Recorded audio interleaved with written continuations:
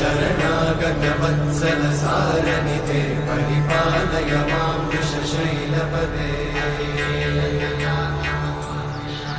अतिवेलतया तव दुर्विषहैरघुवेलकृतैरपराधशतैः हरितं त्वरितं वृषशैलपते वलया कृपया परिपाहि हरे अधिवेङ्कटशैलमुदारमते जनताभिमताधिकदानरता परदेवतया गदितान्निगमयि कमलादयितान्न परं कलये कलवेणुरमावशतोपवधूषतकोटिवृतात् स्मरकोटिसमा